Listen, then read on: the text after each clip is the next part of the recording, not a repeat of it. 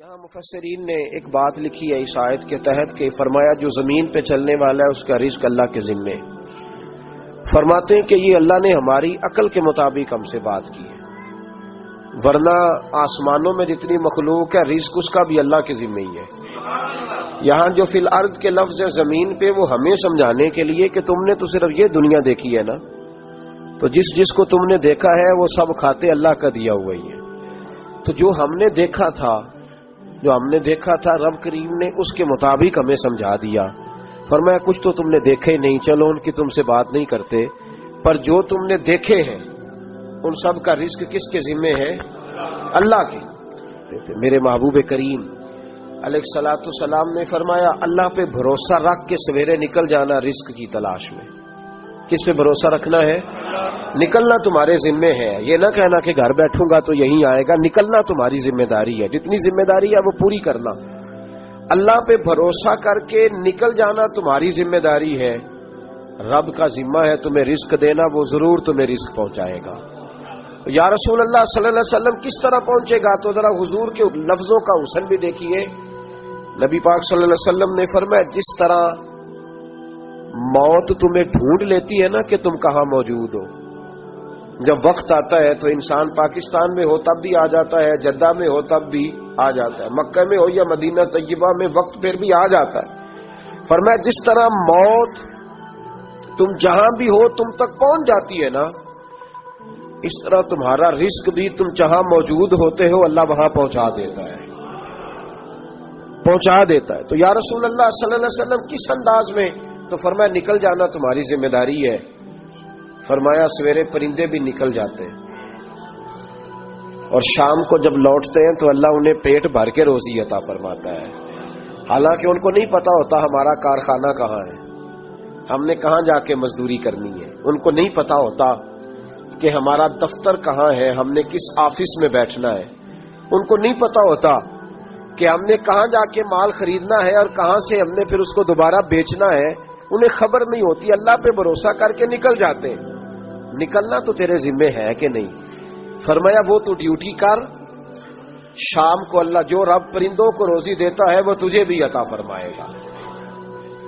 تو جس حال میں ہے، کیونکہ تو نے اپنا یہ حال خود نہیں بنایا، جس نے بنایا ہے وہ بڑا بہتر جانتا تھا کہ تو اسی حال میں اسے اچھا لگتا ہے. تو اسے اسی حال میں، ایک بزرگ تھے تو ان کی طبیعت بڑی علیل ہوگی، بیمار ہو گئے تو اللہ نے آزمائش دی تو کیڑے پڑ گئے وجود میں. ایک کیڑا یہاں سے کھا رہا تھا، اللہ والے بڑے راضی رہتے ہیں اس کی رضا پہ. تو کیڑا یہاں کھا رہا تھا تو نیچے گر گیا تو بابا جی نے اٹھا کے پھر وہاں رکھ لیا. کہنے لگے جب اس نے تیری ڈیوٹی مجھے کھانے کی لگائی ہے تو میں اس بات پہ راضی ہوں تو نیچے کیوں گرتا ہے؟ بس ٹھیک ہے کھا، جب اس نے تجھے ڈیوٹی جو تیری لگائی ہے. سالبہ بن عبد الرحمان ایک صحابی تھے، سالبہ غالباً نبی پاک صلی اللہ علیہ وسلم کی خدمت میں آئے، کہنے لگے یا رسول اللہ صلی اللہ علیہ وسلم غربت بڑی ہے، میرے لیے دعا کریں اللہ زیادہ مال دے. تو محبوب صلی اللہ علیہ وسلم نے فرمایا تو جس حال میں اچھا ہے وہ تیرے لیے بہتر ہے، جس میں تو ہے وہی حال تیرے لیے. مشکل ہے نا یہ جواب سننا. یا رسول اللہ صلی اللہ علیہ وسلم دعا کر دے. تو محبوب نے کیا فرمایا؟ فرمایا تو جس حال میں ہے نا وہ حال تیرے لیے بہتر ہے، اسی میں رہ. کہ نہیں حضور دعا کرے. فرمایا سالبہ تو باز آ جا. حضور دعا کرے. فرمایا تو باز آ جا. 2-3 دفعہ کا ضد کی. محبوب نے فرمایا جا پھر اللہ تجھے زیادہ پیسے دے گا. چند بکریاں خریدی، اتنی برکت ہوئی کہ بکریوں کے ریوڑ بن گئے. پھر کچھ بکریاں بیچ کے گائے خرید لی، ان کے بھی ریوڑ ہو گئے. پھر کچھ اونٹنیاں لے لی، ریوڑ ہی ریوڑ. پہلے 5 وقت مسجد میں آتے تھے، اب فجر اور عشاء رہ گئی. پھر مال زیادہ ہوا تو مدینے شہر میں کوئی جگہ ہی نہیں، مدینے سے باہر حویلی خریدی. پھر جمعہ ہی رہ گیا، جمعے کے جمعے آتے. زکوٰۃ کا حکم آیا.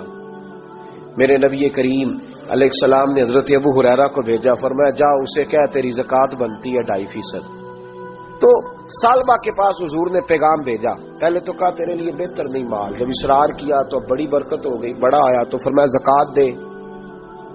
2.5% زکوٰۃ ہے. اب جب سوچا کہ 5 اونٹوں پہ ایک بکری جائے گی اور بڑا سارا مجھے دینا پڑے گا، اب جب غور کیا تو یہ تو نہ کہا کہ میں نہیں دیتا، حضرت ابو ہریرہ سے کہنے لگے نبی کریم علیہ السلام کی خدمت میں عرض کرنا کہ میں خود آؤں گا۔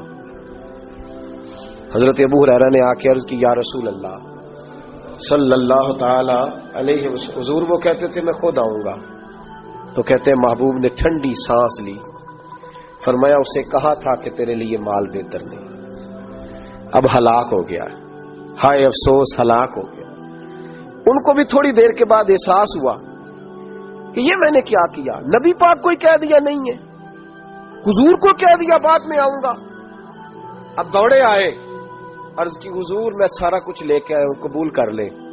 محبوب نے فرمایا گویا بلال حبشی کی خشک کھجور بھی قبول ہے، اور صہیب رومی ایک اٹی بان کی لائے تو وہ بھی قبول ہے، اور عمار بن یاسر اور مصعب بن عمیر اگر 2 دینار دے جائیں اور کوئی پرانا جوڑا کسی سپاہی کے لیے چھوڑ جائے تو وہ بھی قبول ہے، لیکن تو اپنا لاکھوں لے کے چلا جا، تیرا کوئی نہیں قبول، معاف کر دے۔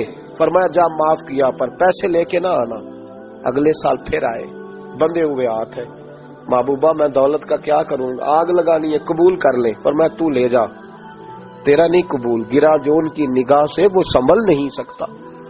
حضور نے وصال ظاہری کیا تو جناب صدیق اکبر کے پاس آئے، لاکھوں کا مال، ابو بکر قبول کر لو، تو جناب صدیق اکبر کہنے لگے اس کا کر لو جس کا نبی نے نہیں کیا، چل جا کوئی نہیں چاہیے۔ حضرت عمر کے زمانے میں قحط پڑ گیا، بارشیں نہیں ہوتی، غلہ نہیں ملتا، حالات خراب ہے، مالی طور پہ بحران آ گیا، غربتیں، مجبوریاں، تکلیفیں، آ کے روئے عمر میرا قبول کر لو، مجھے معافی تو مل گئی تھی نا۔ فرمایا معافی اپنی جگہ پہ، پر جس کا مصطفیٰ نے قبول نہیں کیا۔ بہت سارے لوگوں کو پتہ ہی نہیں کہ ان کا قبول ہی نہیں ہوا، اور وہ الجھے ہوئے، انہیں خبر ہی نہیں کہ اصل بات کیا ہے۔ فرمایا جس کا مصطفیٰ کریم نے قبول نہیں کیا، اب ہیرے اور جواہرات بھی لے کے آئے تو بھوکے مریں گے، پر اس کا قبول، اس بات پہ راضی رہو جس حال میں اللہ نے رکھا ہوا ہے، اس حال میں راضی رہو۔ یہ جو مصیبت ہے نا دیکھنی کہ وہ بھی میرے پاس، تمہیں کیا پتا، کبھی پوچھ تو صحیح اس سے وہ کس مصیبت کا شکار ہے، جو مالی طور پہ بڑا امیر ہے، تو اس کی طرف دیکھ کے اپنا دل برا کرتا ہے۔ بس جس حال میں رب نے رکھا ہے اس حال میں رہ۔ حضرت عثمان غنی کے زمانے میں تو وہ وصال کر گئے، لیکن بھائی تو جس حال میں تیرا رب تجھے رکھتا ہے اس حال میں رہ، تیری مالی پریشانیاں ختم ہو جائیں گی۔ امام شافعی فرماتے ہیں جن گھروں میں لوگ فجر کی نماز کے وقت سوئے ہوتے ہیں ان گھروں میں رزق نہیں آتا۔ آپ فرماتے ہیں فجر کا وقت اللہ کے دینے کا وقت ہے، اس وقت اللہ بانٹتا ہے۔ حضور صلی اللہ علیہ وسلم کا فرمان ہے نا حدیث میں کہ تہجد کے وقت اللہ پہلے آسمان پہ نزول جلال فرماتا ہے جو اس کی شان کے لائق ہے تہجد کے وقت، اور وہ کہتا ہے مانگو میں تمہیں عطا کروں گا۔ لینے کی باری آئے تو بندہ سمیٹ سماٹ کے اندر گھس جائے۔ ہمارے ہاں یہ ہوتا ہے کہ عشاء کے بعد بچے بیٹھتے ہیں موبائل لے کے، تہجد کا وقت آتا ہے تو ان کی آنکھیں بند ہونی شروع ہوتی، تو لینے کے وقت تو سویا تھا، تیرا مسئلہ کیسے حل ہوگا؟ بھائی جب کوئی آدمی خیرات بانٹ رہا ہو تو جو پیالہ پیچھے کر لے اسے ملے گا؟ کہتے اس وقت آنا جب میں بانٹ رہا تھا، اب تو کدھر آ گیا ہے؟ مثال دے رہا ہوں۔ تو فجر کا وقت مانگنے کا ہے، تو ساری رات تو گزر گئی گیمیں کھیلتے، ٹی وی دیکھتے، اور جو لینے کا وقت تھا تو سو گیا، تو کیسے آئے گا تیرے پاس؟ تو اٹھے سویرے، بندوں سے مانگ کے دیکھ لیا، بڑی عزتیں خراب ہوئی، فجر کا وقت اٹھ کے جھولی پھیلائے۔ میرے رسول پاک علیہ السلام فرماتے ہیں، رب فرماتے ہیں جب بندے میرے آگے جھولی پھیلاتے ہیں مجھے شرم آتی ہے، کیسے خالی واپس کر دوں؟ تو اس کے سامنے جھولی پھیلائیں سویرے اٹھ کے، رزق میں برکت ہوگی۔ اور پھر ایک اور بات، 5ویں بات، رزق میں تنگی اس وقت ہوتی ہے جب ہم مال غلط جگہ پہ خرچ کرتے ہیں۔ اللہ مال دیتا ہے اپنے فضل سے، اور جب ہم اسے ضائع کریں، مثال دیتا ہوں، میرے پاس ایک شخص نے آ کے کہا حضرت جی بچی کی شادی ہے، یا میرا گھر میں کوئی بیمار ہے، یا بڑی آزمائش ہے، 10,000 کی ضرورت ہے، میں نے تھما دیا اس کو، پھر مجھے بعد میں پتا چلا کہ اوہو وہ تو عیاشی کر رہا ہے پیسوں سے، وہ تو چلا گیا کہیں گھومنے اور فلاں ہوٹل میں، مہنگے ہوٹل میں بیٹھ کے کھانا کھا لیا، تو میرے دل پہ کیا گزرے گی؟ اس شخص کے بارے میں بلا مثال و بلا تشبیہ سمجھانے کے لیے اللہ نے مال دیا فضل سے، اور اگر عیاشیوں میں لگا دیا۔ صوفیاء فرماتے ہیں کہ اگر ایک دھیلا تو حرام جگہ پہ خرچ کرے نا، ایک دھیلا، تو 1,00,000 دینار کی برکت تیرے گھر سے اٹھ جاتی ہے، ایک دھیلا حرام جگہ پہ۔ قرآن مجید کی آیت پڑھتا ہوں، رب فرماتا ہے ومن اعرض عن ذکری فإن له معیشۃ ضنکا، بڑی سخت آیت ہے۔ ومن اعرض عن ذکری، فرمایا جب تم میرے تذکرے سے، میرے ذکر سے منہ پھیر لیتا ہے، فإن له معیشۃ ضنکا، تو میں تیری معیشت کو، تیرے رزق کو تنگ کر دیتا ہوں، کہ تیری زندگانی تنگ ہوتی ہے۔ اور جس کی زندگی اللہ تنگ کرے اس کی کوئی کھول سکتا ہے؟ کہتا ہے بڑی جگہوں پہ گیا ہوں، بڑی پھوکے مروائی، بڑے دم کرائے، حالات صحیح نہیں ہوتے، تو مسجد آ کے توبہ کر۔ وہ کہہ رہا فإن لہ معیشۃ ضنکا، اعلان ہے قرآن پاک کا کہ جب تو میرے ذکر سے منہ پھیرے گا، روٹی میری کھائے اور پیسے لے کے عیاشی کرے، مسجد آئی نہ۔ حکم تو یہ ہے کہ جتنی جتنی نعمت بڑھتی جائے سجدے بڑھنے چاہیے، لیکن ہم لوگ سجدے کم کرتے جاتے ہیں، فرض نماز بھی نہیں پڑھتے، پھر رزق تنگ ہوتا ہے، پھر اللہ کے عدل کا نظام چلتا ہے، پھر خرابی ہوتی۔